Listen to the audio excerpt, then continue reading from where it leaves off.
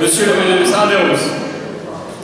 La vie culturelle de Noisy-le-Sec, impulsée par les successives municipalités d'Union de la Gauche, fait partie intégrante du patrimoine immatériel des Noiséens et les équipements publics culturels dédiés couvrent une grande partie des disciplines artistiques. De nombreuses villes de France, comparables à la nôtre en termes de moyens financiers et de population, ne peuvent prétendre à une offre culturelle de cette qualité et de cette diversité. Cela correspond à des choix politiques affirmés contribuant à l'éducation et à l'émancipation des citoyens et des citoyennes.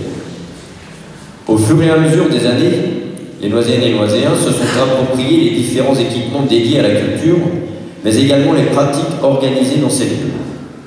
Dans un avenir proche, l'actuel conservatoire ainsi que le moulin fondu occupé par la compagnie Opposito vont voir leur activité déplacée, intramuros dans le premier cas et extramuros dans le second cas. Nous considérons que ces lieux doivent rester au service des Noiséennes et des Noiséens.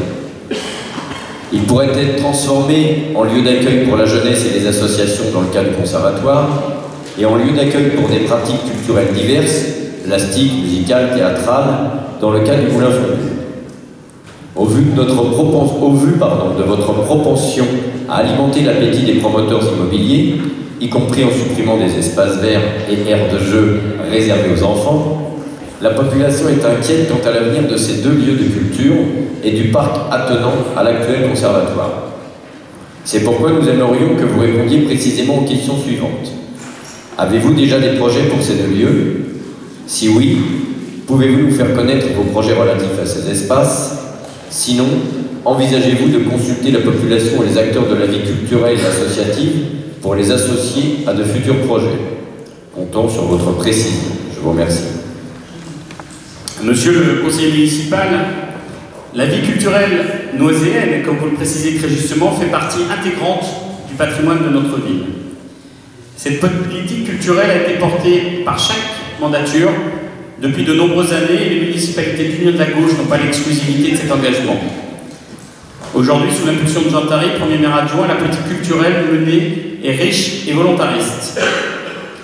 La ville dispose d'équipements dont la qualité et la notoriété sont très exceptionnelles pour une ville de 40 000 habitants. Le théâtre, avec un projet culturel qui sera redynamisé par l'arrivée d'un nouveau directeur, dont le recrutement est en cours et qui devrait être finalisé avant l'été. Pour votre... ou directrice. Pour votre information, la municipalité subventionne son fonctionnement à hauteur de 1 million par an. La galerie, Centre national d'art contemporain, dont la réputation est internationale, fait l'objet de financements croisés avec le conseil départemental, le conseil régional et le ministère de la Culture. Son fonctionnement représente un coût global pour la commune d'environ 400 000 € annuels, qui lui aussi a été maintenu.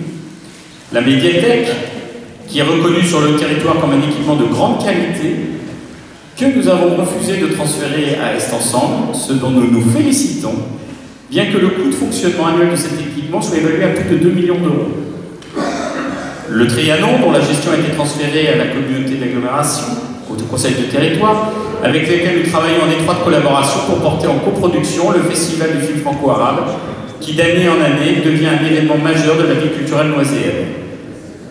Tous ces équipements travaillent en étroite relation avec les écoles, les centres de loisirs, le CCAS, le centre social du Londeau. Ils sont aussi largement mis à contribution pour l'accueil des enfants dans le cadre d'étapes mises en place par la réforme des rythmes scolaires.